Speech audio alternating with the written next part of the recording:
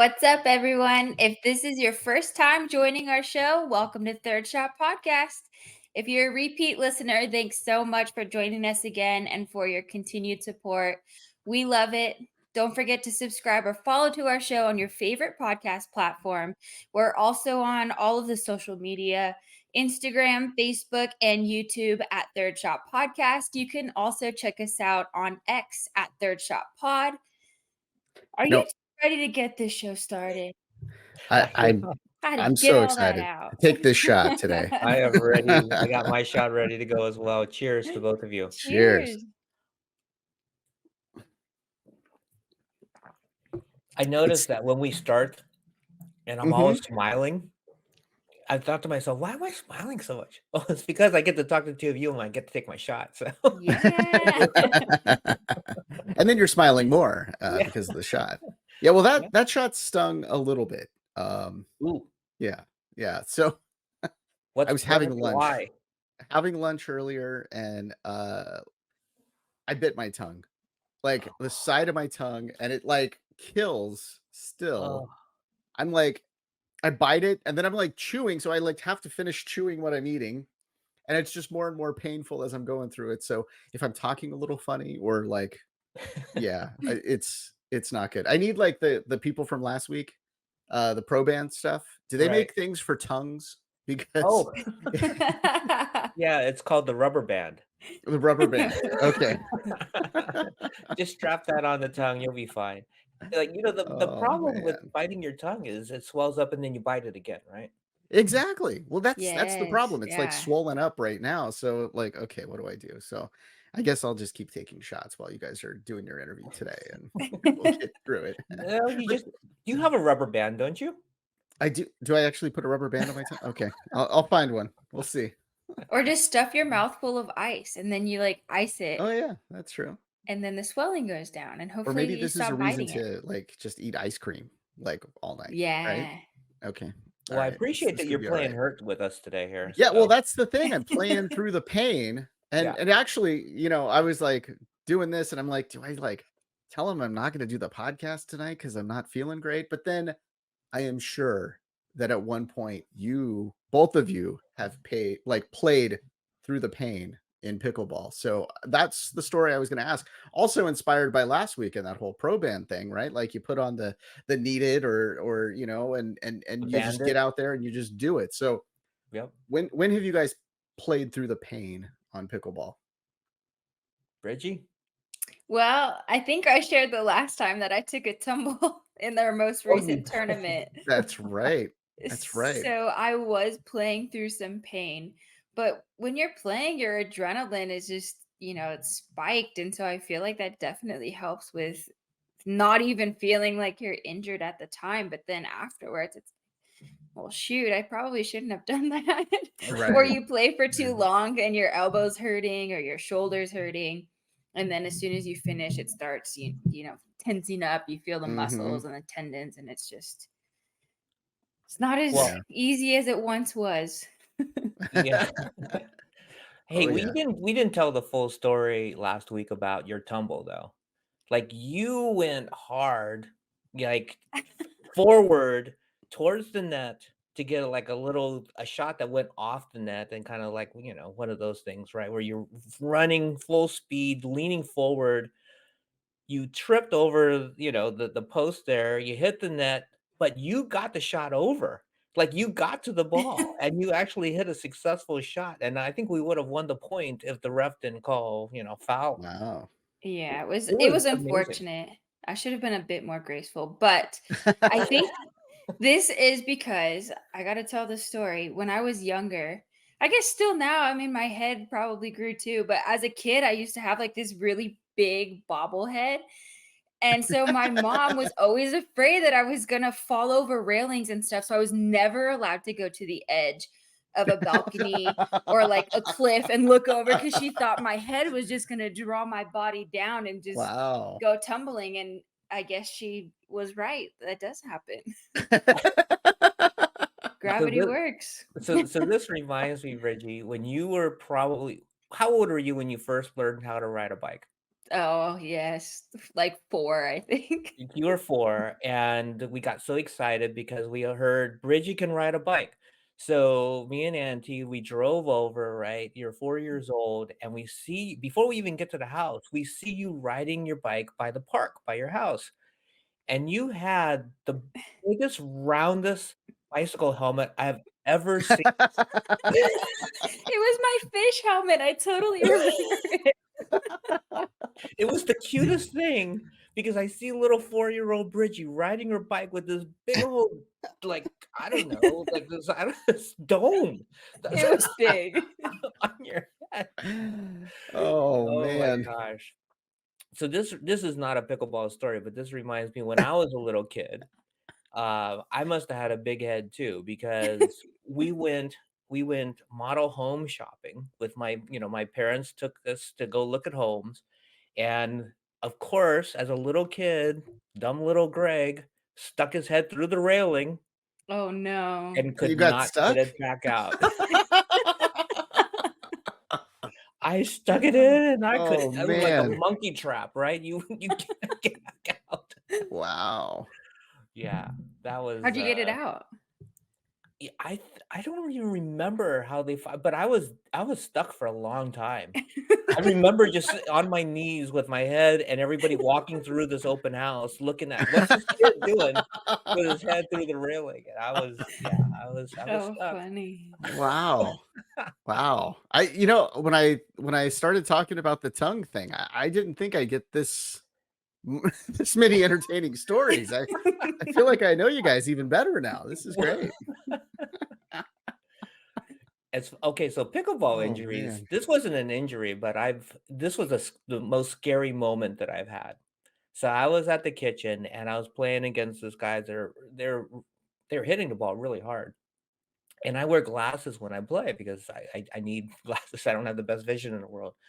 And the guy hit a drive. I'm at the kitchen and it clips off the top of the net. So it kind of deflects a little higher. And I was ready to hit it kind of at my chest. And it Mhm. deflected, hit me right in the glasses. Like Ouch. Oh, my cap, shoot. the glasses, everything just goes Oh, flying. And oh, like, you kind of take inventory for a second and you're going, okay, yeah. do I still have my eyes? Can I still see? Right. Like, Oh, that was one of those scary moments, like, everybody's looking at me going, "Are you alright? Are you alright?" Because I'm just like, "Where is everybody?" oh Like, it yeah, was it that's was no good. wild. Yeah, Wow. Wow. Were Yeah, you I hurt at had all or you were fine? I was fine, Good. but I don't okay, so this is actually a question for the 2 of you. Do you suggest that I actually get sport glasses? I just wear my normal glasses, either sunglasses or regular, my regular reading glasses or whatever when I play. Actually, they're not reading glasses, I see better distance with them, so what do you call those? They're not reading glasses. I Just don't know. glasses? Yeah. I Doing don't know. Bing glasses. Sure. Driving glasses? I don't know. So I have Yeah, clear ones I and I have would sunglasses. I was actually going to go there and say that you should actually get some sort of sports glasses because I was playing soccer one time with my kids Mhm. and the ball came up, hit me in the face, and I was just wearing regular sunglasses and it Mhm. got me. It got like went in like so deep into like near my eye, didn't get in my eye, but I like had this crazy cut like right next to my eye that like every Wow. time I'd like blink, it would hurt and all that. I didn't have to, like I didn't do the eye doctor thing or anything because it was outside of the eye. But yeah, it's dangerous. I think you probably should if you're planning on wearing glasses. Okay. We need to Bridgie, Yeah. get one of those you companies on the show. Yeah. well, Sport I talk. think we saw a company over at the PPA that does those sport glasses, so I was thinking about it. Yeah. But Uh, when Russ was telling his story about the soccer ball hitting, Bridgie, I was thinking of you because you got concussed, right? Playing soccer. oh, Oh, jeez. yeah. I'm like 2 concussions away from not being very bright.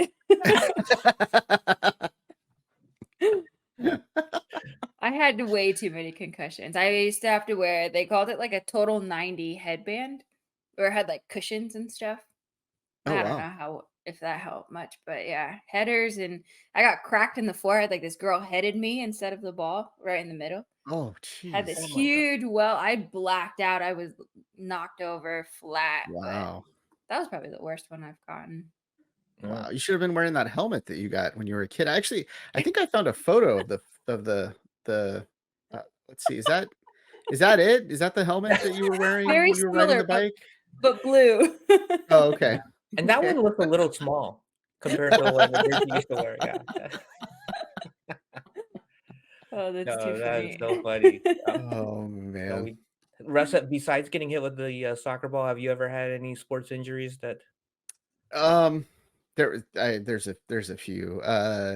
There well the other one actually, another soccer one. I it totally like the ball kind of like I just stepped over the ball like, and it made me fall forward. So I tried to catch myself No. and I hit my finger. And it was like, like my ring finger. I hit and it like just totally sprained my finger. I'm like, that does not feel good. For like 3 weeks, it just was miserable. Like, this is no good. And then, this is like playing with my kids, and then, baseball season comes around. So I start throwing with my son, and I reach up to catch the ball. Same finger. So it was like 6 months of finger pain. Like that was that was no good. That was That's no not good. cool. Yeah. Yeah. It's not Yeah. good. Yeah, other random injuries.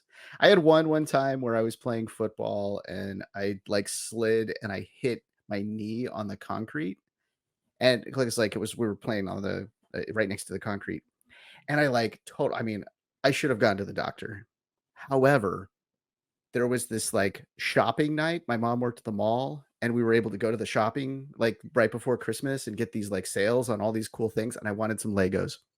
So I like band-aided it myself. I poured like, whatever alcohol on it or whatever to like Wow. make it, Tough guy. like just did it myself. No, I was like screaming and crying and stuff, but I needed to get those Legos. And I went and my mom was like, "Why are you limping?" And I'm like, "I'm not limping." I'm like My cool walking and I'm walk. like in pain the entire time. The Legos are heavy. No. So yeah, I've had my share. Yep. I think this is my first podcast injury though, the tongue thing here. Yeah. Well, again, we appreciate you playing hurt today. All right. Thank you. Yeah, Thank you. champ. So I'm not going to stick around for the interview as I don't, because I'm pushing buttons and stuff, but I'm kind of excited about this one. You got a cool one coming up here. Well, we have talked to so many different people around the game of pickleball, but we've never actually talked to somebody that's opening up their own pickleball venue. Oh. So, and now actually, based on what we were just talking about, I'm thinking one of the questions we have to ask Bridgie is what happens when somebody gets injured at one of these pickleball venues? Because if whether I get hit in the face with my glasses on or you go crash into the ground going after a short ball or something like that. I mean, what happens when somebody gets injured? So we're definitely going to ask this question, and we have the right person to ask because we have Dan Papa Pickle Jenkins. Gotta love that name. He is the franchisee of Pickleball Kingdom, and he'll be coming up when we come back from break. So come on back to Third Shot. Welcome back to Third Shot. We appreciate all the support that you've been providing us on social media. Please keep giving us your feedback and especially 5 stars, but follow us on Instagram, Facebook at Third Shot Podcast, on X at Third Shot Pod, and definitely go to YouTube because we are on video now and you get to see all of our smiling faces, including our guests, Dan Papa Pickle Jenkins. How you doing, Dan? I'm great, thanks. Thanks for having me. Of course. Thank you so much for being on our show. And I think we're prepped. We are ready to cheers Oh, to yeah. Pickleball Kingdoms. That's right. Congratulations on being the first franchisee. Cheers Thanks to you. very much. Very excited about it. Cheers.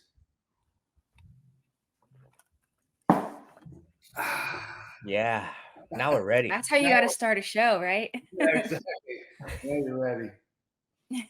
So with a name like Papa Pickle, you must have been in the pickleball game for some time now. So tell us, how did you get involved in the sport of pickleball? Well, that's a fun story.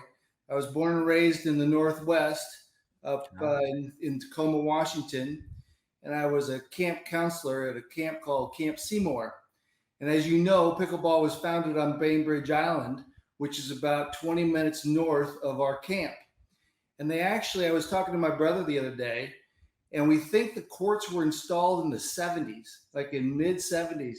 Wow. And I was a counselor there in the 80s, and started playing pickleball then. But Wow. very casual. Nobody knew any skill. Nobody knew anything about the third shot drop.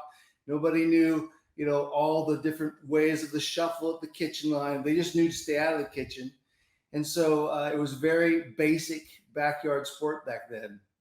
But then we had an annual pickleball tournament during family camp, Labor Day family camp every year.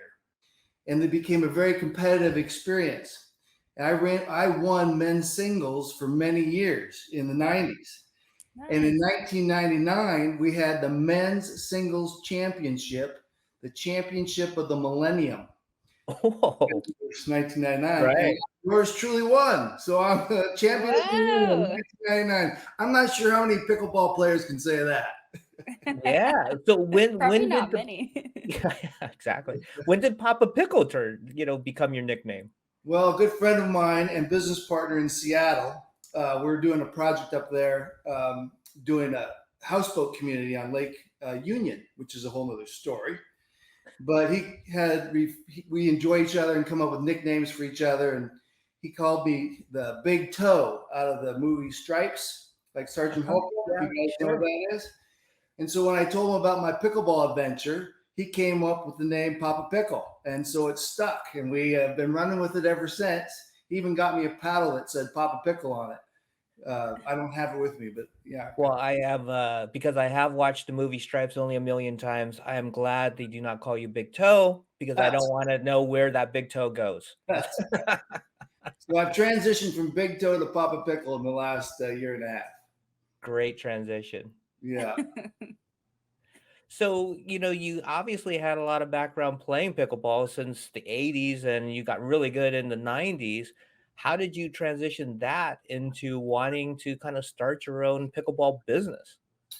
Well, I'm a commercial real estate developer by history or career, and we've been playing. We've been playing more and more over the years, and taking lessons. And played in Florida, played in California, and then recently here in Dallas, we started playing again, getting involved. And the pressure on indoor facilities or courts is enormous. And being a real estate developer, I looked at the situation. I said, there's got to be more facilities. How do we find more facilities for indoor pickleball? And, that's kind of the way I think. So I mentioned it to a couple people at Lifetime. That's where we currently play. Okay. And one lady in particular got a hold of it really, really aggressively, started throwing me all kinds of websites to check out, almost where I couldn't keep up. And one of them was Pickleball Kingdom. And I interviewed a few and chose Pickleball Kingdom to be the best partner for a premier pickleball experience. What types of things were you looking for when you were asking them questions to kind of vet them? So, passion, vision, and capacity. I talked to a multiple of, there's other players in the market, if you will, in the franchise model for indoor pickleball. And I thought some of them had a great great passion and great vision, but the capacity was lacking. And the vision was lacking in terms of potential business impact and potential profits and potential impact to the community. And then other people, the other person I spoke to didn't have the passion. They might have had the capacity, but they didn't have the passion and the history of the game. As you know, as fellow pickleball players, it's a really community deal, right? Yeah. And so there's people who've got a passion for pickleball. The internet's full of great memes of people with passionate pickleball, and they had more of a business sense. It was just heavy business. At Pickleball Kingdom, I think I found all three. I found the passion. Ace Rodriguez is amazingly passionate about it. He's a very focused and dedicated man. That's the founder of Pickleball Kingdom. And they had a great vision in terms of how they want to impact the country, literally the country, with a high quality indoor pickleball experience for everybody. And then, of course, he's got the capacity to implement the vision. So I was very fond with their program. And I went to Chandler. I played at their facility in Chandler. And it's all the negative things you have with pickleball in terms of, showing up and getting your paddles in line and long wait times and dirty courts, all those things are all eliminated. They've been working really hard at getting the system down to make a Right. premium experience, and they've done a great job. And I'm thrilled to be part of their team. Well, actually, you kind of took the words right out of my mouth when you said systems, because I'm a business guy myself, Mhm. right? Russ and I, we've done business. We do a business podcast, DIY for business. So all the business people out there, check it out. Mhm. And one of the big things we talk about is systems. So I'm curious from a point of view, what advantages with Pickleball Kingdom, the franchisor, bringing what systems do they provide you that helps you kind of launch, your different locations? Well, I don't want to get too much into the secret sauce. Yeah. Okay. But really, what they did over the year and a half that they developed their indoor facility is dial in a high quality play experience for beginners, intermediates, and advanced people.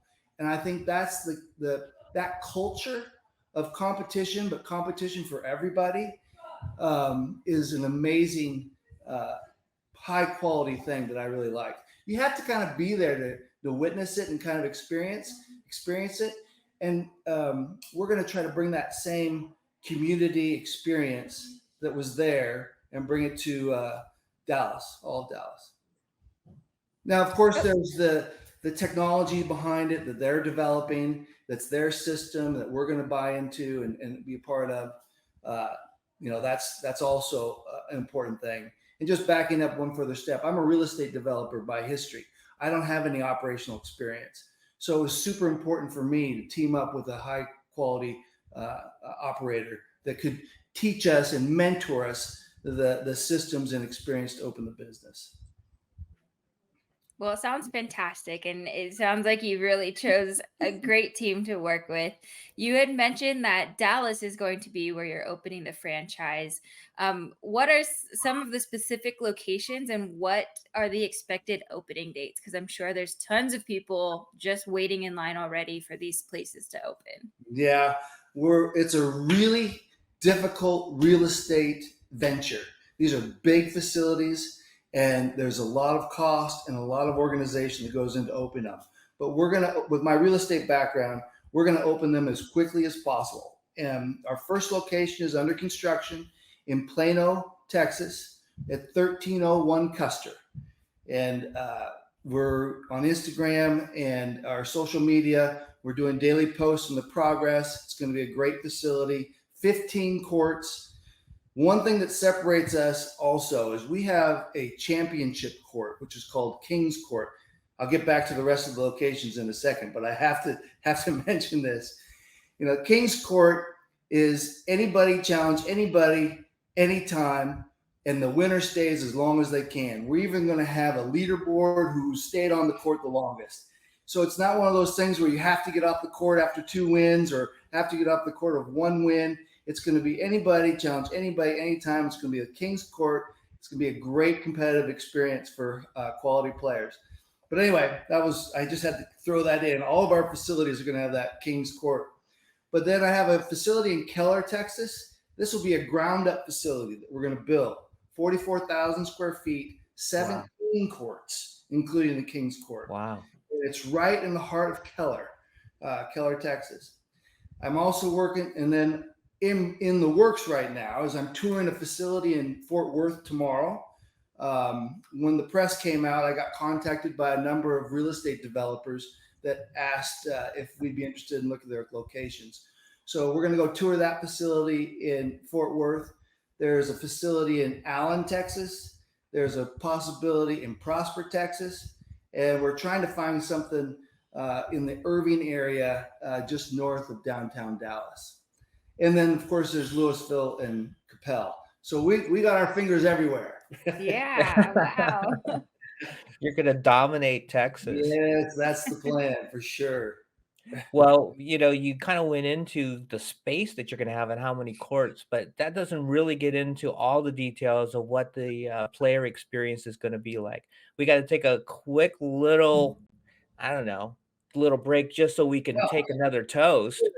But I'm really curious to find out, what what the expectation is going to be like for the people. So here's to our third shot, because this is our Yeah. favorite. This is our favorite segment of the show, Dan. So Papa Pickle, here's to you. Cheers. Cheers. Good shot. So not only do you have the pickleball courts, but Yes. what is the expectation going to be like? Because you'll probably have other things going on besides just pickleball, right? That's a loaded question. I could go on for a long time on that one. Well, I don't go. want Let's too go. much interactive, but I can get going and just slow me down. But anyway, there's a couple things. One, we have enough courts to have open play 3 times a day and still have room for reserved courts. So we have plenty of courts to allow both player desires, if you will. So open play is 3 times a day, and we'll have beginner courts, intermediate courts, and advanced courts. And if you feel comfortable in your beginner court and you want to go experience the next intermediate court, go for it. But if you get blown away, then go back to beginner court. In today's most open or most other areas, you don't have that kind of qualification for court experience, if you will. So that court experience, that open play, and then at the same time having reserved courts. Another key thing, and pickleball is the fastest growing sport in America, as you know. There's a lot of people who have interest, but they're a little intimidated by showing up at a public court and trying to put their paddle out there, and some advanced guy doesn't want to take the time to teach them, or they have to find a coach, and it's an awkward experience. We're going to eliminate that. We have for Pickleball Kingdom offers a class called Pickleball 101. Free class. Come in, we'll teach you the game, and when you're done with the class, you'll be able to go to the beginner court and have a great time. And that's been hugely successful in Chandler, and we again plan to bring that here into Dallas. Those are a couple things. Then just one more, we're going to do corporate events and social events where we have community rooms where they'll host and do their program, and then we'll teach everybody how to play, actually have a tournament, actually have trophies on the podium, whole corporate experience that we'll offer as well.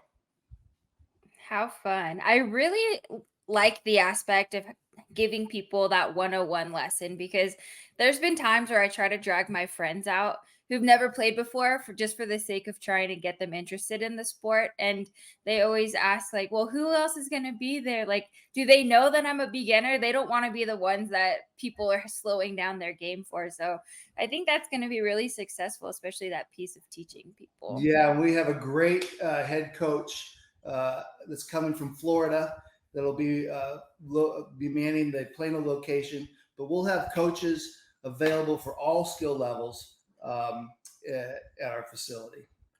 Well, you mentioned that for corporate events, you're going to have tournaments. Are you going to have just general tournaments for the public, and how about leagues? Yeah, we're that's still being developed. With one facility. When we get multiple facilities, we'll absolutely be doing that, and we'll have inter-company tournaments where you'll be the king of Dallas, if you will, or queen of Dallas, if you will, within our own organization. But we're still developing that stuff in terms of the operation. That's awesome. And I think now that we're talking about facilities and all the operations inside the building, I can ask our question from the beginning. Oh, yeah. What happens if I were playing in there and I took a tumble and I needed first aid? Would I be set? So that's obviously we don't have any facility open yet, so we haven't had that experience. So the only thing I can tell you is a repeat of a story that I heard from Chandler, the Chandler operation. And again, from an operational perspective, we'll be bringing that to Dallas. But there was a man who had a heart attack in the middle of play. Wow. The staff immediately did everything they were trained to do. They gave him CPR while they were waiting for the ambulance. They got him in the ambulance. He went and had surgery, recovered, and came back and played pickleball. It was actually in the local news, not the same day, of course, but after he recovered. It was a huge event, obviously. and it got local media attention, significant local media attention.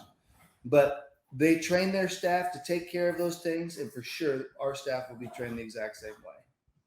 Yeah, that's reassuring because there's injuries that happen in any sport. Everything could be perfect, the condition could be perfect, and something weird will happen, and somebody will get injured.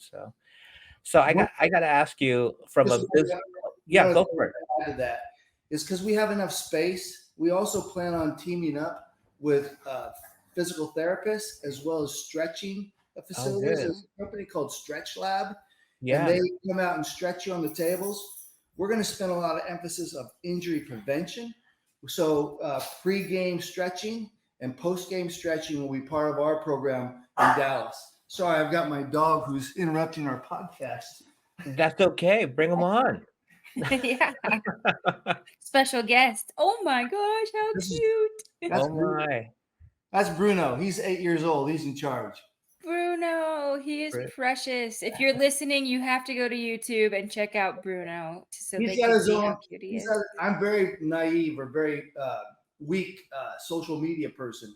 This whole experience is getting me out.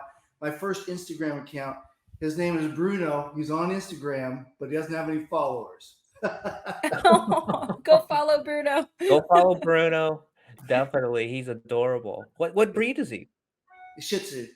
He's a Shih Tzu. Yeah. Is he He's so 100%? cute. Yeah, 100%. Wow. He's just long haired right now. Really cute. Really Yeah. cute.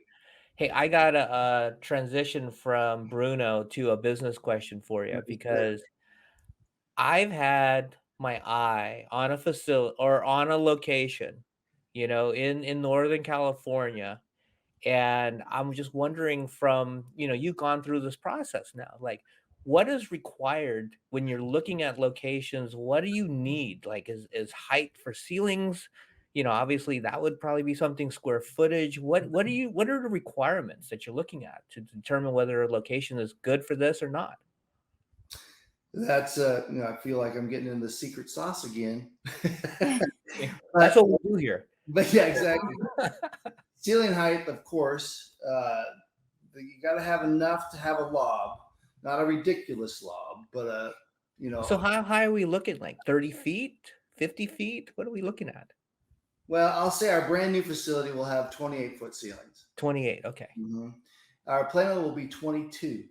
Now that sounds slow, but it's actually pretty big. If you're doing a lob over 22 feet, it's going to be either straight up and straight down, or it's going to be out of bounds.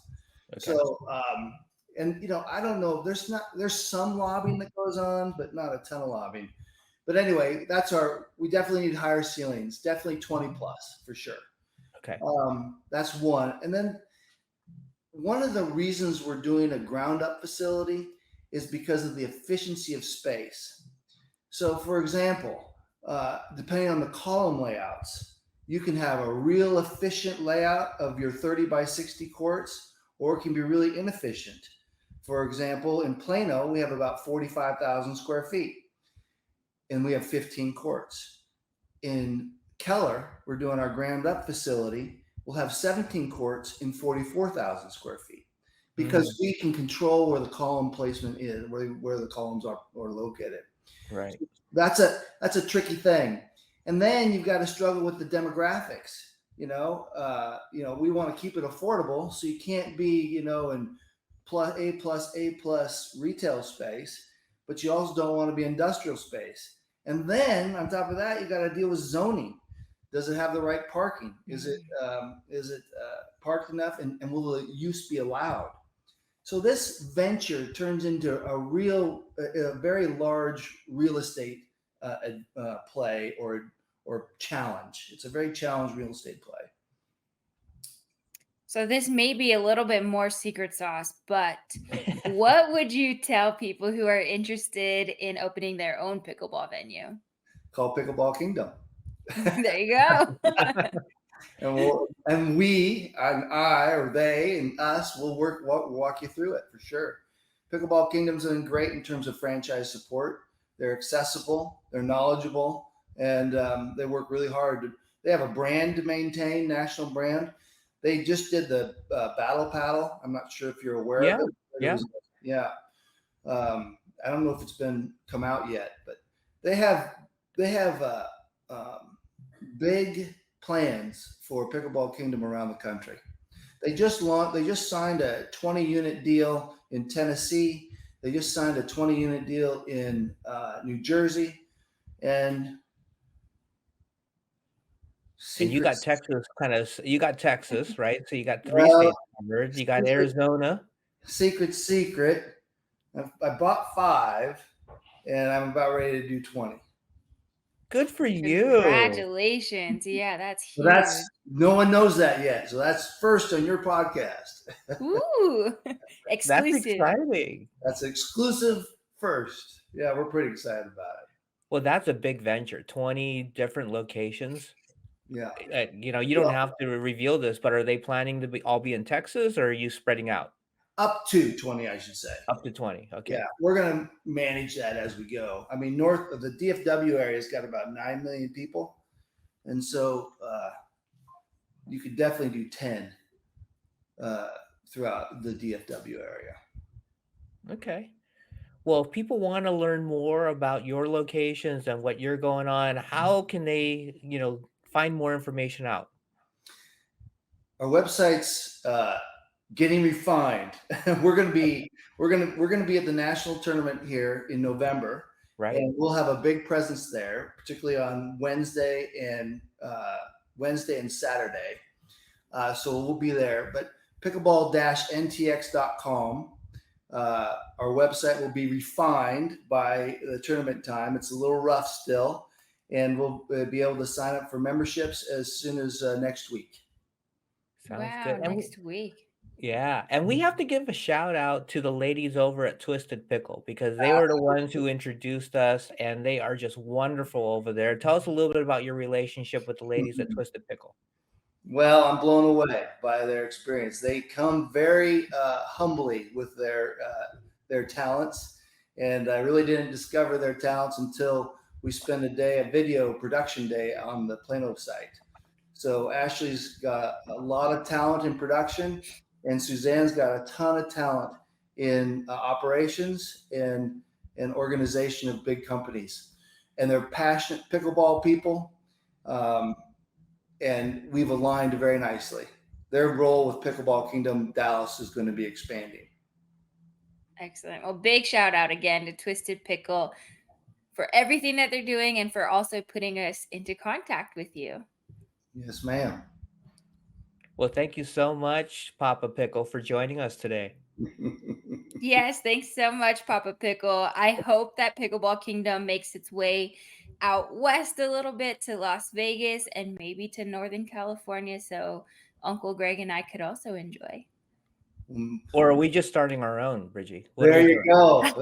Right? Or we just, we got the another contact. People exclusive over at insight? Pickleball Kingdom. I think Papa Pickle can give us an intro. I can't give it to you. That'd be great.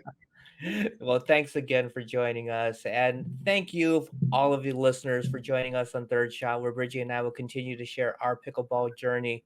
Special thanks to Papa Pickle for joining us and sharing his journey from back in the 80s doing camp counseling to being the champion of all of the world in 1999, and now starting his own pickleball venues in Pickleball Kingdom. This is fantastic.